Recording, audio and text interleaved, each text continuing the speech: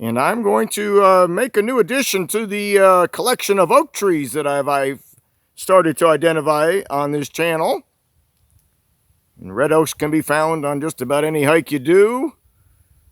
And in the limestone areas where I do a lot of my hiking, it's not hard to find a chinkapin oak. And in the Appalachian Mountains, it's not hard to find a chestnut oak.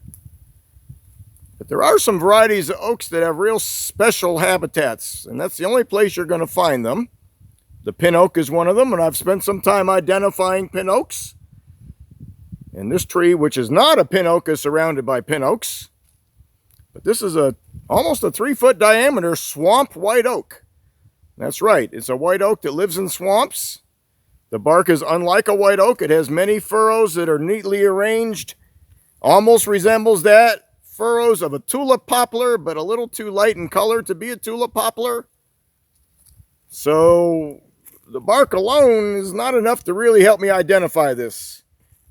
I need some leaves, I need some acorns. I'll be more familiar with this tree after doing some hikes in these swamp forests, but I haven't done a lot of that so far. So a swamp forest is the habitat where you will find a swamp white oak. It can withstand wet feet or wet roots for many months of the year and not suffer.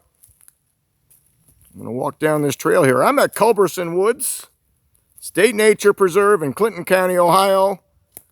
And this place is a nature preserve for a reason. There's a lot of unique species here that aren't rare, but are unique to this part of the country and not found in other publicly owned woodlots. I've also got a nice, real large swamp white oak right back here. Another one that's probably 2 feet in diameter. I'm hard pressed to find acorns right now. But that's a nice solid tree. And there's one behind it just as large. So it's a common tree in this swamp forest. And I've got the leaves right over here. I'm not finding acorns today. It's 3rd week of September. They have not dropped yet. So that's going to have to wait. But the leaves resemble a white oak, with the exception that they do not have notches that come as deeply into the leaf. It has got the rounded shape of a white oak and not the pointed shape of a red oak or pin oak. But they do not come down as deep into the leaf. And the back of the leaf is much lighter than the front. The botanical name is Quercus bicolor. And bicolor means 2 colors, green on the front and almost white on the back. And the name swamp white oak refers to the color of the wood, not the color of the back of the leaf. But it does have white on the back of the leaf.